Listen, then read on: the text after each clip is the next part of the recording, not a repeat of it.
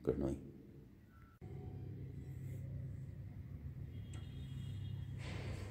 Good morning, नमस्कार। मैं ओम प्रकाश मेहता आज आपको बीए पार्ट थर्ड राजनीति विज्ञान पेपर अंतर्राष्ट्रीय संबंध शीर्षक भारत और उसके पड़ोसी इसका अध्ययन कराएंगे। भारत और उसके पड़ोसी में हमने आज तक जो अध्ययन किया हमने जिन टॉपिकों के बारे में एक बार अध्ययन कर सकते लेते हैं। नंबर 1 टॉपिक हमने किया भारत के पड़ोसी देश। भारत के पड़ोसी देश कौन कौन से है इनका हमने अध्ययन किया, उनकी स्थिति कैसी है। दूसरा है विफल या नकारा देशों से घिरा। भारत क्या है, विफल और नकारा देशों से घिरा है, जो देश आर्थिक रूप से कमजोर है। विफल देशों के बात हमने की तो भारत, पाकिस्तान, बांग्लादेश, नेपाल और श्रीलंका 4 विफल देशों से घिरा है। इनमें पाकिस्तान का रैंक विफलता के मामले में विश्व में 12वां है, म्यांमार का 8वां है, बांग्लादेश का 25वां है, नेपाल का 27वां है, श्रीलंका का 29वां है, भूटान का 50वां है। नेक्स्ट है भारत पाक संबंध। तीसरा जो टॉपिक हमने किया भारत पाक संबंध। भारत और पाकिस्तान के बीच, हमारे पड़ोसी देश के बीच कैसे संबंध है, इस बारे में हमने अध्ययन किया। चौथा जो पॉइंट था भारत पाक संबंधों को प्रभावित करने वाली समस्या। भारत पाक संबंधों को प्रभावित करने वाली समस्या। भारत पाक संबंधों को प्रभावित करने वाली समस्याएं वो समस्याएं जो भारत और पाक के संबंधों को प्रभावित करती हैं। इन संबंधों में हमने 3 समस्याओं की बात की। नंबर 1 था विभाजन से उत्पन्न होने वाली समस्या। भारत और पाकिस्तान की विभाजन से समस्या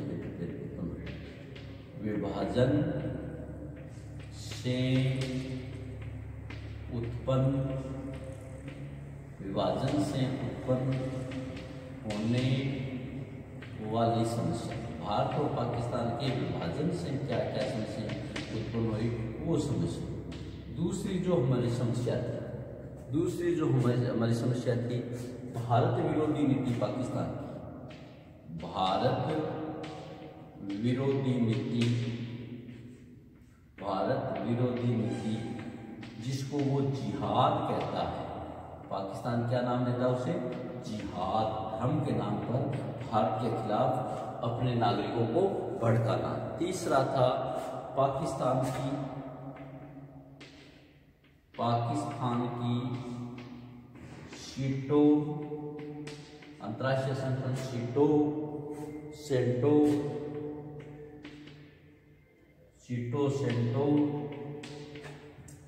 की सदस्यता एवं किल्लेबंदी। भारत के खिलाफ वो विश्व में किल्लेबंदी करता है। ये 3 जो समस्याएं हैं भारत पाक संबंधों को प्रभावित करती है।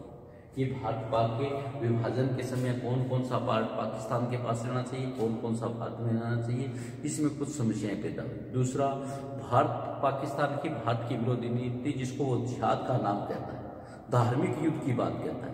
तीसरा पाकिस्तान की शीटो सेंटो की सदस्यता तथा भारत के खिलाफ किलाबंदी। अब ये जो तीनों समस्याएं हैं, इससे ये जो तीनों समस्याएं पैदा हुई, इससे भारत पाक की अर्थव्यवस्था पर क्या प्रभाव? भारत पाक की अर्थव्यवस्था हमने पूर्व में अध्ययन किया। इस व्यवस्था से, इस समस्या से दोनों देशों की अर्थव्यवस्था का जो मुख्य पैसा जो विकास में लगना था, अन्य व्यवस्थाओं में लगना था, वो मुख्य पैसा दोनों देशों के अगेंस्ट लगता है। अब हम बात करते हैं पहला जो टॉपिक है ये इतने तक का हमने अध्ययन पूर्व के वीडियो में कर लिया। आज हम फर्स्ट जो टॉपिक है इसका विभाजन से उत्पन्न होने वाली समस्याएं कौन कौन सी है। विभाजन से उत्पन्न होने वाली समस्याएं कौन कौन सी थी। नंबर 1, भारत पाक संबंधों को जो समस्याएं हैं उनमें विभाजन से उत्पन्न होने वाली समस्याएं, भारत पाक संबंधों के विभाजन से कौन कौन सी समस्याएं हुई, उन समस्याओं की बात कर रहे हैं, उन समस्याओं का अध्ययन कर रहे हैं।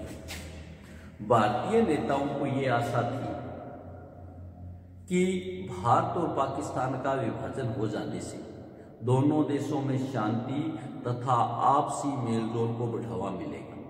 दोनों देश शांति, सद्भावना और सहयोग के वातावरण में आर्थिक विकास, लंबे और कठिन कार्य में जुट जाएंगे। लेकिन पाकिस्तान के जन्म के साथ ही ऐसी समस्याएं उत्पन्न हो गई जिनके कारण दोनों देशों के संबंधों में कटुता पैदा हुई। वो समस्याएं कौन कौन सी थी। नंबर 1 था हैदराबाद विवाद। भारत और पाकिस्तान के बीच जो समस्या पैदा करने वाला था हैदराबाद विवाद। दूसरी जो समस्या थी जूनागढ़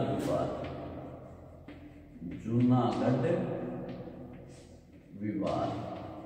ये जो रियासतों के विवाद थे। नंबर 3, तीसरी जो समस्या थी ऋण अदायगी का पैसा।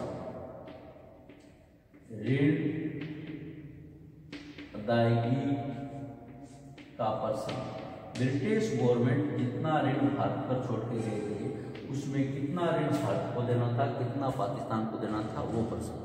नंबर 4, नहरी पानी विवाद। सारी नदियां भारत से गुजरती है पाकिस्तान में पानी के लिए, उसका विवाद। नंबर 5, शरणार्थियों का प्रश्न।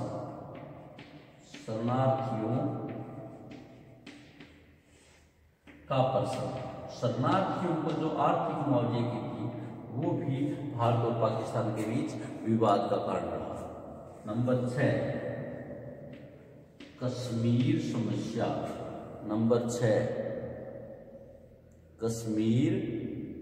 समस्या। ये जो 6 विवाद थे भारत और पाकिस्तान के संबंधों में, इन विवादों के कारण कटुता आई और आज भी कटुता है। दोनों एक दूसरे के खिलाफ किलेबंदी में रहते हैं। हम बात करते हैं प्रथम टॉपिक हैदराबाद विवाद। हैदराबाद भौगोलिक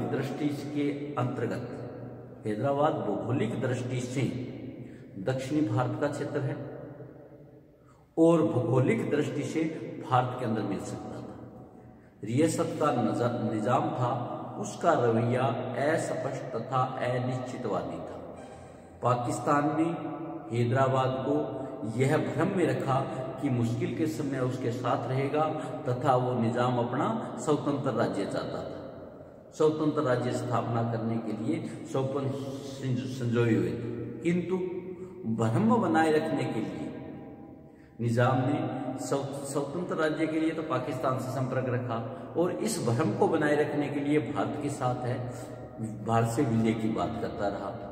निजाम का मूल लक्ष्य यह था कि दक्षिणी भारत में मुस्लिम वर्चस्व स्थापित करना था। पाकिस्तान के सहयोग और निजाम के आशीर्वाद से वहाँ के जो रजाकार थे, वहाँ का उलेमा वर्ग था, उसने मारकाट, लूटमार, हत्याओं के माध्यम से भयावह स्थिति उत्पन्न कर दी। परिणाम स्वरूप भारत ने सैनिक कार्रवाई करनी पड़ी। हैदराबाद रियासत को भारत में सम्मिलित कर लिया गया और निजाम को 50 लाख रुपए परिवेश के रूप में देना तय किया। पाकिस्तान ने इस बात को हैदराबाद को स्वतंत्र कराने के विवाद को संयुक्त राष्ट्र संघ में 3 बार मुद्दा उठाया, किंतु अमेरिका के सिवाय किसी भी देश ने पाकिस्तान के इस मुद्दे पर दिलचस्पी नहीं की। नंबर 2, जूनागढ़ विवाद। जूनागढ़ काठियावाड़ की एक छोटी सी रियासत थी जिसका शासक मुस्लिम था। उसने रियासत को पाकिस्तान में सम्मिलित करने की घोषणा कर दी। पाकिस्तान ने उसका सम्मिलित स्वीकार कर लिया, जबकि वहां की अधिकांश जनसंख्या हिंदू थी और जनसंख्या हिंदू होने से रियासत की जनता ने नवाब को पाकिस्तान भागने के लिए बाध्य कर दिया। रियासत को पाकिस्तान में भागने के लिए बाध्य कर दिया। नवंबर 1947 में मुस्लिम दीवान ने बाध्य होकर भारत सरकार को हस्तक्षेप के लिए आमंत्रित करना पड़ा। लोगों की इच्छा को ध्यान में रखते हुए जनमत संग्रह के बाद जूनागढ़ को भारत में सम्मिलित कर लिया गया। पाकिस्तान ने जूनागढ़ के मसले पर भी भारत विरोधी प्रचार किया। ये भारत और पाकिस्तान के बीच विवाद का कारण रहा। तीसरा पॉइंट है हमारा ऋण अदायगी का प्रश्न। ऋण अदायगी का प्रश्न। विभाजन के उपरांत भारत और पाकिस्तान के बीच कई आर्थिक समस्याएं थी। दोनों के देश आमदनी तथा कर्ज बंटवारा तथा लागत धन के बीच संतोषजनक बंटवारा करना था। मुद्रा के संबंध में निर्णय लेना था। व्यापारिक संबंध में तानातनी शुरू हुई क्योंकि पाकिस्तान ने तुरंत ही जूट के निर्यात को पर प्रतिबंध लगा दिया। जूट के निर्यात को कमजोर कर दिया। जूट के निर्यात को तीसरा था ऋण अदायगी के प्रश्न की बात कर रहे थे हम। विभाजन के उपरांत दोनों देशों में आर्थिक समस्याएं थी। दोनों देशों के बीच आमदनी और कर्ज का बंटवारा, लागत धन में संतोषजनक बंटवारा करना था। मुद्रा के संबंध में निर्णय लेना था। व्यापारिक संबंध में तनातनी शुरू हुई, लेकिन पाकिस्तान ने तुरंत ही जूट के निर्यात को प्रतिबंध लगा दिया। भारत के कलकत्ता में जूट की फैक्ट्रियां थी तथा जूट का उत्पादन पाकिस्तान में था। आर्थिक समस्याओं को सबसे बड़ी कठिनाई विस्थापितों की संपत्ति की थी। हिंदू शरणार्थी जो पाकिस्तान छोड़ के आए थे, उनकी जो संपत्ति थी उनका मूल्य 3000 करोड़ था, जबकि मुसलमान जो भारत में अपनी संपत्ति छोड़ के गए थे उनका मूल्य 300 करोड़ था। 1950 में लियाकत नेहरू अली समझौते के तहत इस समस्या का समाधान किया गया। विभाजन के बाद भारत पाकिस्तान सरकारों दायित्वों और लेनदारी के समान अनुपात में बंटवारा जाना चाहिए था, परंतु संयोगवश भारत सरकार ने ब्रिटिश सरकार के सारे ऋण भार को स्वीकार कर लिया। इसके उपलक्ष्य में भारत को 300 करोड़ प्रतिवर्ष पाकिस्तान सरकार से मिलना था और 5 वर्ष बाद दिया जाना तय हुआ, परंतु पाकिस्तान ने इस ऋण को देने में टाल मटोल की नीति अपनाई। दूसरी तरफ भारत को 55 करोड़ रुपए रक्षा संग्रह को पाकिस्तान को देना था। गांधी जी ने दोनों देशों के मधुर संबंध बनाने हेतु रुपया भारत सरकार ने पाकिस्तान को दिलवा दिया, लेकिन नेहरू और पटेल का मत था कि यह रुपया पाकिस्तान को नहीं दिया जाना चाहिए। इस समय कश्मीर का युद्ध चल गया। नेहरू और पटेल का विचार था कि इस धन का उपयोग पाकिस्तान उनके खिलाफ हथियार खरीदने, युद्ध तेज करने के लिए करेगा, वैसा पाकिस्तान ने किया। नेक्स्ट 4 नंबर था हमारा नहरी पानी विवाद। पंजाब के राजनीतिक विभाजन के बाद एक पंजाब का पार्ट पाकिस्तान में चला गया, एक भारत में। राजनीतिक विभाजन के कारण नहरी पानी विवाद उठ खड़ा हुआ।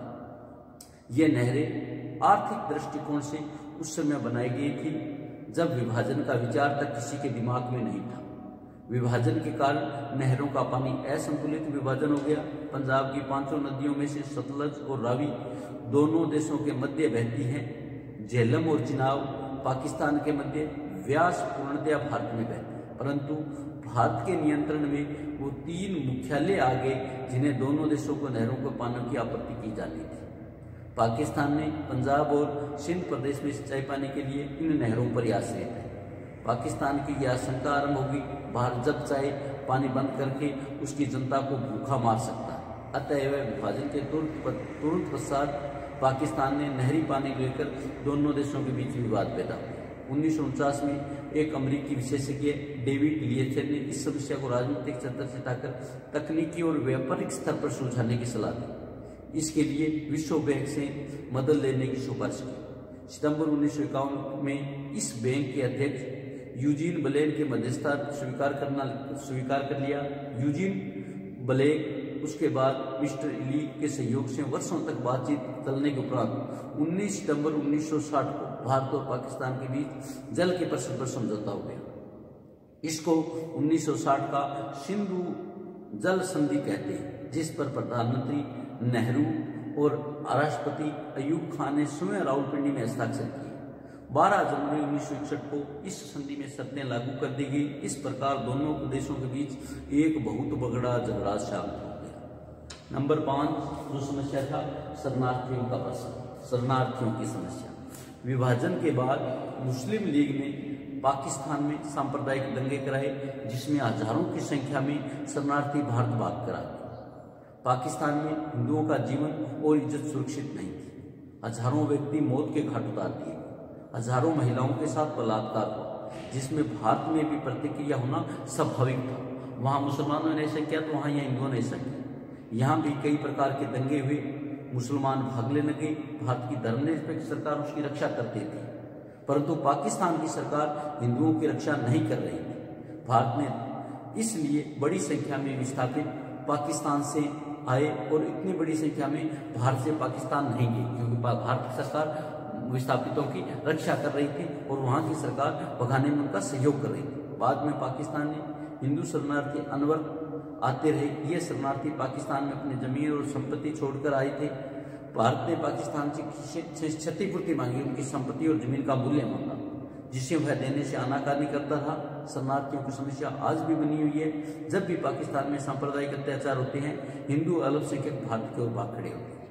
नंबर 6 है कश्मीर विवाद। कश्मीर की समस्या दोनों देशों के बीच, कश्मीर की समस्या दोनों देशों के बीच एक ज्वालामुखी की तरह है, जो समय समय पर लावा उगलती रहती है। अलाप माइकल के शब्दों में, कश्मीर समस्या अनिवार्य भूमि या पानी की समस्या नहीं है, ये लोगों और प्रतिष्ठा की समस्या है।